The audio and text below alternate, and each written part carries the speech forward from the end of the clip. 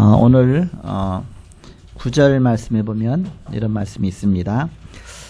그들이 대답하기는 이는 그들이 자기 하나님 여호와의 언약을 버리고 다른 신들에게 절하고 섬긴 까닭이라 하셨다 할지니라. 그 10절 그 22장 그 10절에 보시면 오늘 이제 읽진 않았는데요. 10절에 보면 그런 말씀이 있죠. 보시면 너희는 죽은 자를 위하여 울지 말며 그를 위하여 애통하지 말고 잡혀간 자를 위하여 슬피 울라. 그는 다시 돌아와 그 곡을 보지 못할 것입니다. 바벨론이 쳐들어와서 이스라엘 백성들이 죽고 또 포로로 잡혀가고 엄청난 이제 문제를 당했습니다. 그런데 오늘 9절 말씀해 보니까 왜 그런 문제가 왔느냐 그 원인을 밝혀주시죠. 그래서 그들이 대답하기를 이는 그들이 자기 하나님 여호와의 언약을 버리고 다른 신들에게 절하고 그를 섬긴 까닭이라. 하나님의 언약을 버리고 또 우상 숭배하고 귀신 섬기고 하나님 배반했기 때문에. 그래서 제목을 회복되어야 할 언약이다. 이제 그렇게 제목을 정했습니다. 회복되어야 할 언약. 지난주에는 남은 자가 지속할 보험운동이다. 그런 말씀을 주셨습니다. 교회는 잘 안 바뀐다. 그렇지만 성도는 바뀐다. 즉 성령의 역사하시면 바뀌죠. 그런데 참제자는 오히려 세상을 바꾼다. 그런 말씀을 지난 주간에 말씀 주셨습니다. 서론적으로 이스라엘 백성이 실패한 것은 하나님과의 언약을 버렸기 때문입니다.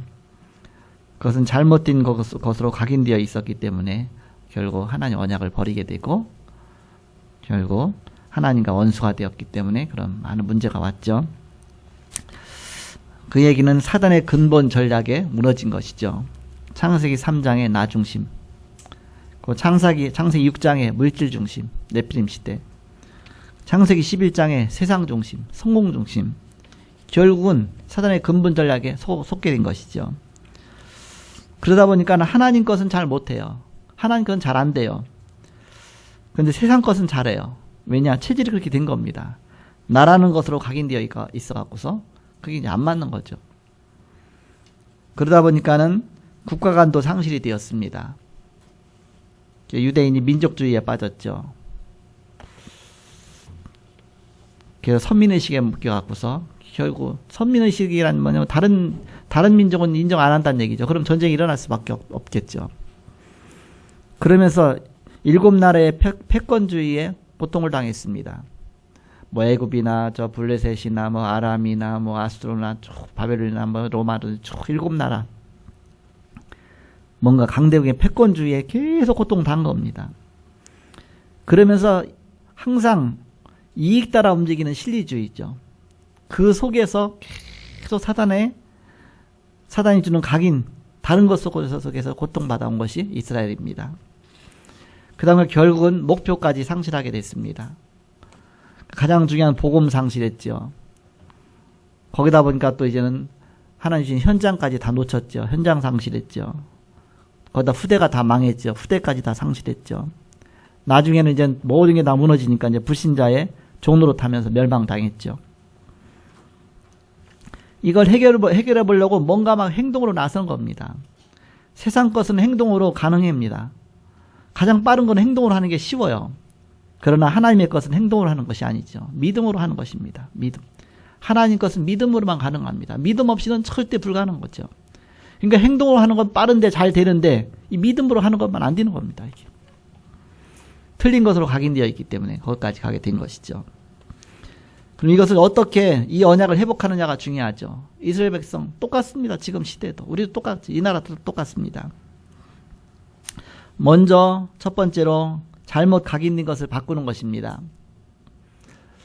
마태복음 16장 13절에서 20절에 예수님께서 가이사라 빌립보 지방에 이르러서 말씀하셨죠. 가이사라 빌립보 지방 그랬는데 가이사는 카이사르 시저 황제 이름에다가 빌립보라는 필립스 그 이스라엘의 왕 유대 왕 그 두 왕 이름을 합치는 지역입니다. 이 합된 것이죠. 그래갖고 로마에 잘 보이기 위해서 소국돼 있다 보니까 지배하는 나라에 잘 보이기 위해서 정치적으로 야합해갖고서 그 지역을 만든 것입니다. 그러니까 비참한 거죠. 쉽게 말하면. 그 지역에 갔을 때에 예수님께서 물어보시잖아요. 이 제자들한테 사람들이 나를 누구로 아느냐 그랬죠. 그러면 이렇게 막 대답하죠. 어떤 사람은 엘리야다, 예레미야다, 세례 요한이다, 선지자다 막 대답하죠. 예수님은 그것을 듣고 싶었던 것이 아닙니다. 그건 이미 다 알고 있죠. 그럼 너희는 나를 누구로 아느냐 그러죠. 그걸 물어보시죠. 여기에는 세 가지 중요한 사항들이 나와 있습니다. 첫 번째가 뭐냐? 틀린 믿음 네 가지가 뭔가 명확하게 나와 있습니다. 예레미야다, 박애주의입니다. 박애가 좋은 것이죠. 박애주의 좋은 겁니다. 그렇지만 예수님께서는 이 박애주의가 아니다. 그 뜻이죠. 또 세례 요한입니다. 그랬죠. 예수님을 향해서. 예수님 걷다 예스 그러지 않았습니다. 아예 다시 물었죠. 진짜 답을 찾았죠. 세례 요한입니다. 세례 요한은 사회 정의를 부르짖는 사람입니다. 사회주의라고 볼 수가 있겠죠. 굉장히 좋고 중요한 거지만 예수님은 그것 때문에 이 땅에 오신 것이 아니다. 우리를 구원하기 위해서 오셨지. 그리스도로 오셨지. 그리스도의 일을 하기 위해서 오셨지. 어떤 박애주의 갖고 그것 때문에 올 것이 아니다. 어떤 사회 정의를 부르짖기 위해서 오신 거 아니에요. 그 일을 한 것도 있어요. 때로 한 거 있지만 그게 중심이 아니다. 또 어떤 사람은 엘리야라고 합니다. 그랬죠. 능력을 행하고 뭔가 신비한 능력을 신비주의, 막 능력주의. 중요하지만 그렇지만 예수님은 그것 때문에 이 땅에 오신 것이 아니다. 그래서 성전 위에서 꼭대기에서 뛰어내려라, 능력을 보여라. 그래도 예수님께서는 거기에 이렇게 넘어가지 않았죠. 이렇게. 바로 그 일 때문에 온 것이 아니기 때문에 진짜 중요한 그리스도의 일을 하시기 위해서 오셨기 때문에 그렇죠. 때로는 선지자 중에 하나이다. 어떤 예수님이 어떤 종교 때문에 오셨다 생각하죠. 종교를 만들려고 오셨다고 생각하죠. 그게 아니다. 예수님에게 생명을 주시러 오신 것이죠. 우리에게 종교를 만들어 주신 것이 아니다. 우리에게 생명을 주신 것이죠. 거기에 대해서 예수님께서는 절대 칭찬하지 아니하시고 잘했다고 하지 아니하시고 그거 맞다 말씀하지 아니하시고 다시 물었습니다. 세상 사람들이 그렇게 말하는데 그러면 너희는 나를 누구라고 생각하느냐? 거기서 올바른 믿음 세 가지가 나오죠. 그때 베드로가 고백하죠. 뭐라고 고백합니까? 주는 그리스도시요 살아계신 하나님 아들이십니다. 그 말씀 듣자마자 예수님이 깜짝 놀라시면서 바요나 시몬아 네가 복이 있구나. 이를 내게 알겠니 이는 혈육이 아니고 하늘이신 내 아버지시니라. 내가 천국에서 내게 주겠다. 모든 칭찬을 다 그동안 베드로가 칭찬을 받아본 적이 한 번도 없어요. 한 번도. 그런데 이때 별거 아닌데 고백 하나 잘했는데 예수님이 최고 칭찬하시죠. 바요나 시몬아 네가 복이 있도다 그렇죠. 여기에 세 가지 중요한 믿음이 나오죠. 어떤 믿음입니까? 주는 그리스도시요 살아계신 하나님의 아들이십니다. 주는 그리스도시요 그런 뜻은 어떤 뜻입니까? 바로 나의 주가 바로 예수님이 나의 주라 그런 뜻이죠. 나의 주인이시다. 나의 주인은 예수님이시죠. 그리스도시요. 그리스도가 나의 주가 되는 것이죠. 그런데 여기 두 번째는 뭐냐면 주는 그리스도시요. 즉 예수님이 그리스도란 뜻이죠. 예수가 그리스도시다. 그러면서 살아계신 하나님의 아들이십니다. 그랬습니다. 바로 하나님의 아들이시다. 예수님은. 사람의 아들이 아니라 하나님의 아들이시다. 사람의 아들이면서 하나님의 아들이시다. 이 중요한 세 가지 믿음을 고백한 것입니다. 여기에 모든 다 답이 있죠. 여기에 하나님은 예수님께서는 중요한 응답 세 가지를 주셨습니다. 너는 반석이다. 내가 널 반석같이 튼튼하게 세워주겠다. 너는 반석이다. 이 반석 위에 내 교회를 세울 것이다. 이 반석 같은 이 믿음, 예수를 그리스도로 고백하는 그 신앙 위에 내가 교회를 세울 것이다. 전도가 되게 하실 것이다. 그러면서 음부의 권세가 너를 이기지 못할 것이다. 그동안은 사단에게 늘 당했는데 절대 이 신앙은 사단이 널 공격하지 못할 것이다. 내가 천국 열쇠를 내게 주리라 했습니다. 그래서 하늘 문을 열고 닫는 그런 열쇠, 중요한 열쇠. 그래서 마태복음 16장 13절에서 20절에 여기서 각인을 바꿔주는 메시지입니다. 틀린 믿음 네 가지가 뭔지 깨닫게 하셨고 올바른 믿음 세 가지가 바로 어떤 믿음인지 알게 하셨고 그래서 올바른 응답 세 가지가 어떤 응답이 오는지 중요한 것을 깨닫게 하셨죠. 이 믿음 고백하고 나니까 이때 오는 응답이 있습니다. 이때 어떤 축복을 받았냐, 어떤 응답을 받았냐. 지상 최대의 축복을 하나님이 주셨습니다. 지상 최대의 축복. 그것이 마태복음 28장 18절에서 20절이죠. 여기서 우리는 세 가지의 중요한 의미를 우리가 알 수가 있습니다. 첫 번째가 뭐냐? 지상 최악의 사건이 어떤 사건이냐? 지상 최악의 사건. 아예 죄를 알지도 못하신, 죄가 전혀 없으신 분, 죄를 알지도 못하시다고 그랬거든요. 그분을 가장 죄인으로 몰아서 처형한 사건입니다. 얼마나 억울합니까? 죄를 알지도 못하신 분인데 그 예수님을 십자가에 아예 가장 극악한 정말 죄인만 참형시키는 그 십자가에다 못 박아달라 죽인 겁니다. 누가 그랬냐? 유대인이, 바리새인들이, 로마 병정이. 그래서 지상 최악의 사건이 예수님을 처형한 사건이죠. 그럼 여기서 어떤 의미를 찾을 수 있습니까? 지상 최고의 사건은 그럼 뭐냐? 그런데 3일 만에 예수님 부활하셨어요. 이건 지상 최고의 사건이에요. 부활하셨으니까. 죽였는데 불구하고 이 부활한 것은 그냥 갑자기 부활한 것이 아니라 예언된 겁니다. 구약에 계속 예언했고, 예언한 그대로 예수님도 또 예언하셨고, 죽기 전에. 근데 그대로 예수님께서 3일 만에 딱 부활하셨습니다. 지상 최대의 그런 최고의 사건이죠. 부활 사건이. 그러다 보니까는 유대인들은 감당할 수가 없는 겁니다. 갑자기 이런 일이 벌어지니까. 그래서 이걸 막 조작한 겁니다. 이걸 없애보려고 한 겁니다. 그래서 엉뚱한 소문을 유포시켰죠. 도난설. 아, 예수님 십자가 없어진 것은 부활한 것이 아니라 저들이 도적질에 갔다. 그래서 무덤이 비었다. 근데 무덤이 비었는데 왜 예수님 막 돌아다닙니까? 막. 무덤 빈 것까지는 설명할 수가 있는데 도난당했다고. 근데 부활하신 예수님 막 돌아다니니까 그건 막을 수가 없잖아요. 그러니까 그때 또 하나의 엉뚱한 이야기를 유포시켰어요.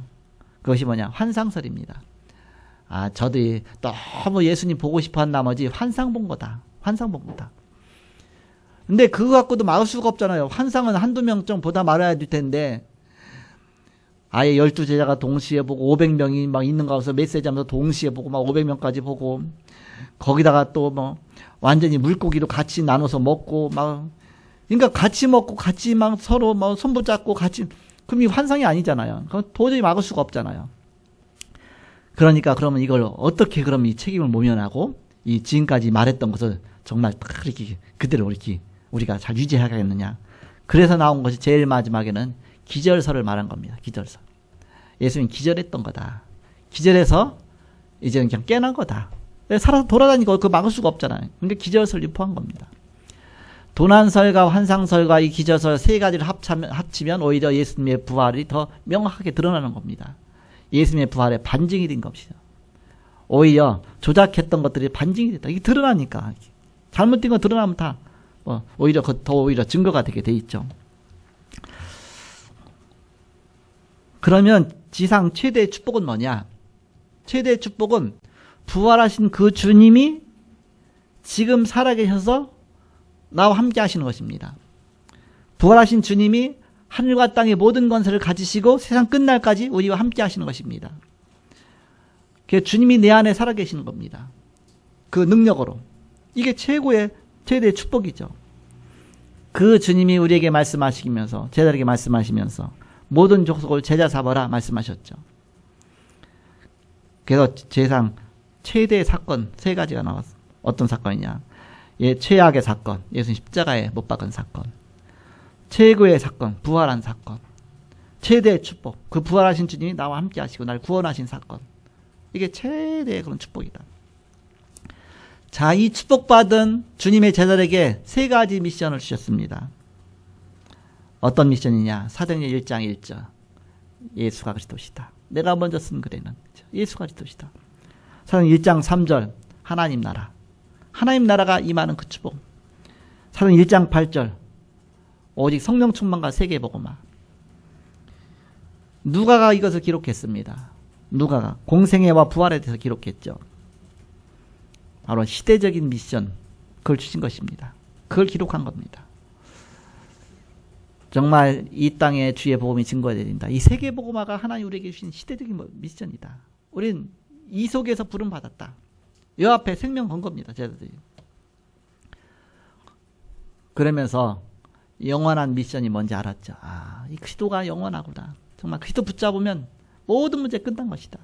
그리스도 몰라갖고서 뭔가 사람들이 방황하고 막 여기 휩쓸리고 저기 휩쓸리고 막 광야로 갔다 어디로 갔다 예루살렘 갔다 어디로 갔다 막 예수님 능력 행할 때는 와 몰려갔다가 또 이제는 금방 또 예수님 막 모함하니까 거기에 또 막 반기 들고 막 십자가 못 박았다가 막 완전히 그냥 이리저리 막 휩쓸리죠. 뭔가 답이 없으니까 이 답이 있는 자는 이런 중요한 시대적인 미션 이 붙잡고 영원한 미션 붙잡고 그러면서 오늘과 현장 살리는 미션 우리는 이 시대에 성경적인 전도운동 통해서 우리 현장을 살리는 겁니다. 주관은 영혼을 살리는 것입니다. 그래서 하나님 우리 계신 중요한 축복 누리는 것이다. 그러면 결론이 나오죠. 우리는 열매와 상관없이 사모놀이 지속돼야 된다. 오늘의 말씀이 뭐냐? 하나님 내게 주신 오늘의 말씀. 내가 오늘 붙잡고 기도해야 될 것이 뭐냐? 오늘의 기도. 내가 오늘의 전도, 오늘의 현장이 뭐냐? 내가 오늘 정말 있는 현장, 오늘의 전도가 뭐냐? 그러면 세계관이 달라지죠. 내가 세계 보는 눈이 달라지고 우리가 사는 삶의 방식이 달라지고 내가 무엇에 올인할 것인가? 올인할 것이 나오죠. 올인할 수 있는 그 축복이 나오게 됩니다. 거의 사람들은 무엇에 올인할지 모릅니다. 그러니까 막 이리 쓸렸다 저기 쓸렸다 막 일단 막 다급하게 막 문제 터지면 문제 해결하다 막 그러다 내가 어디에 있는지 뭘 하고 있는지 뭔가 중요한 의미를 모르고 막 방황하는 겁니다. 그러나 우리는 분명한 답이 있기 때문에 바로 잘못 각인된 것이 빠져나오고 제대로 각인된 의사 한 명이 나오니까 이런 엄청난 역사가 일어났죠. 누가 한 명 통해서 정말 이런 엄청난 그런 시대적인 미션, 영원한 미션, 오늘과 현장 살리는 중요한 미션 이런 걸 깨닫게 하시죠.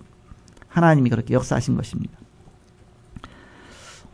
그래서 우리는 오늘 말씀 통해서 중요한 언약을 붙잡아야 되겠습니다. 회복되어야 될 언약이 뭐냐? 회복되어야 될 언약. 이스라엘 백성이 완전히 무너졌는데 이 언약 놓치고 무너졌는데 우리가 회복되어야 될 언약이 뭐냐? 먼저는 잘못 각인된 거 바꾸는 것이다. 그러면서 우리는 지상 최대의 그런 사건 통해서 이 중요한 부분에 축복을 누리는 것이죠. 그러면서 우리에게 회복할 미션 3가지. 그래서 결론적으로 우리 그렇다면 우리는 언약 안에 있는 이 축복 속으로 날마다 들어가는 것이다. 이번 주간도 그 축복 누리는 것이다. 오늘도 그 축복 누리는 것이죠. 언약을 회복하시고 최고의 응답 누리시는 여러분 되시기를 그리스도의 이름으로 축복합니다. 기도하겠습니다. 하나님 아버지 감사합니다. 언약 놓치고 바벨론의 포로가 되어서 죽고 포로가 되고 전혀 소망 없는 이스라엘 백성들에게 하나님께서 언약을 회복하라는 중요한 메시지를 주셨습니다. 우리의 삶 속에 언약 회복하고 언약 안에 모든 것이 다 있다는 것을 날마다 깨닫게 하여 주옵소서. 한 주간도 그리스도의 언약을 굳게 붙잡게 하시고 그리스도의 언약 붙잡고 모든 것을 승리하게 하시며 가는 발걸음마다 응답의 발걸음이 되게 하여 주옵소서. 오늘 이 시간 함께 하신 주님께 감사하며 예수님의 이름으로 기도하옵나이다. 아멘.